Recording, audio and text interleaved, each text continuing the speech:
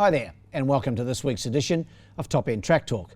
I'm Andrew O'Toole, and today we'll be having a look at National Seniors Race Day, which will be held at Fanny Bay this coming Saturday, the 4th of September. After racing returned to Darwin last week for the first time in almost 4 weeks, the fields for this weekend's fixture are more than acceptable, with some 42 acceptors in the 5 carded races. The first gets underway at the mid-afternoon time of 3:15 p.m, with the last time to go at 5:37 p.m. The opener is the SBA Office National Trobus Maiden for the non-winners over 1,200 metres, and in the first my numbers are 2, 1 and 4. Going here with number 2, Prince Reuben, trained by Shane Bottomley. Shane, of course, a Victorian-based trainer, but came here for the carnival. He's still here with a horse or two, Shane. And Jared Todd takes them out on Prince Reuben. His last 2 runs have been good. A third here in Darwin on day 6 of the carnival was followed then by a good second placing down the road at Catherine. That was behind La Trioli, beaten only 1.2 lengths. And incidentally, that race was a benchmark 54. Back to the maiden grade this week. I think he can break through for a well-deserved win. Number 2 on top for me, Prince Reuben. Ahead of number 1, Mon Louis. Consistent galloper trained by Chris Pollard. Good to see Chris with a winner a week ago. And Adam Nichols takes them out here on Mon Louis. Has been racing consistently, 2 seconds and a third his last 3. He has had 16 starts and still a maiden, so I'll give him one more chance, Mon Louis. Hopefully he can put his foot right on the till here. And in for third, number 4, a newcomer to Darwin, It's Pins from the stable of Phil Cole. Casey Hunter takes them out. That combination had a win here last week with Colhoun. And It's Pins first up in the top end, a former Victorian. Hasn't raced for some 3.5 months, but did have some half-decent form in Victoria to recommend. So in the first, 2, 1 and 4. The second's the Sharpin conveyancing handicap. Great supporter of racing, Trevor Sharpin and his team. Welcome him on course here on Saturday. This is the benchmark 54 over the 1,100 metres. My numbers here are 1, 4 and 6. Going here with Mr. Boom Jangles up the top of the page. Carries 61.5 kilograms, trained by Gary Lafoe, of course, and Paul Shires in the saddle. But he's down in grey. That was the main reason I went for him. He's the winner of 5 of 35.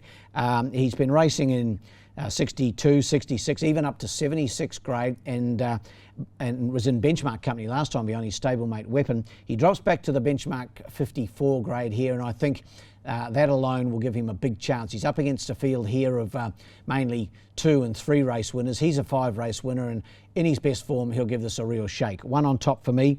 To beat number 4, Against the Tide, went for this horse last week and didn't go a bad race. Finished 4th on that occasion for Adam Nichols and Emma Steele. Prepared to allow it another chance. That run the other day was behind Savas Spur. That was 1,300. This is 1,100. I think that might suit the horse a little better. Got it in to run second. And in for third, number 6, Active. Stan Sakos aboard for Tayan Holter. Now, this horse was in last week, went to the start, got rid of Stan on the way to the barrier, and then caught the horse. He was a late scratching, unfortunately, with some blood in his mouth, so never got a chance to show his wares. He's the last couple of runs had been good, a 4th and a 3rd at both here in Darwin during the carnival. So he only has to get to the start in one piece and Stan stay aboard, and I think Active will go a really good race. In the second, my numbers are 1, 4 and 6. The third, the National Seniors Australia Top End Branch Handicap. Always a good day for the seniors here at Fanny Bay, and we'll welcome them on course this coming Saturday. This over 1,300 metres, it's the feature of the day. It's the average benchmark. It's a benchmark 73. And a good little field assembled here, 7 runners to face the starter. My numbers here are 2, 4 and 3.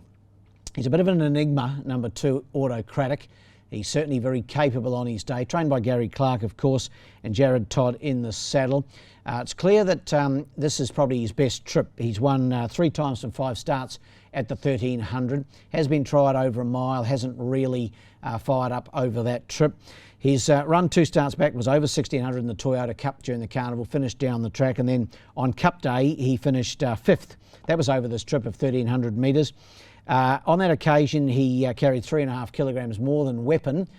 Weapon beat him on that occasion. He's a rival again, but the difference this time is only a kilo, and I think Autocratic, if he's in his best form, can give this a big shake. So number 2 on top for me.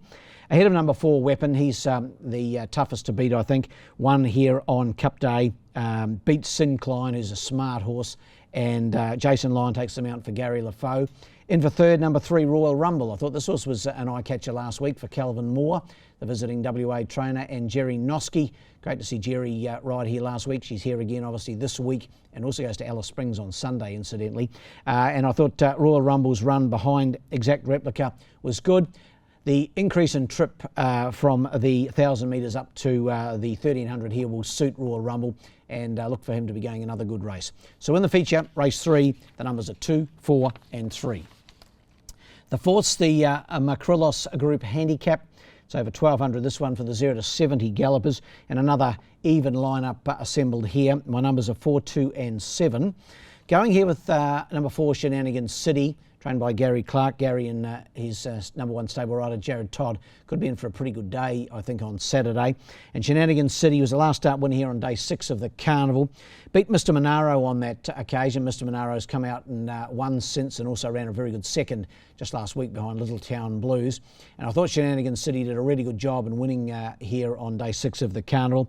That was over 1,100. This is 1,200. Don't think that will make any difference. That was in Class 2 company. Up in grade this time to the 0 to 70, but I think it's a horse with a future. Number 4, Shenanigans City. Ahead of number 2, Lido Beach from the stable of Chris Nash. Jason Lyon takes them out here. Only had the 2 runs here in the top end for Nash. He has Lido Beach for a 4th here on Cup Day, and then a 3rd at Catherine the other week behind Good Therapy, who is a rival again.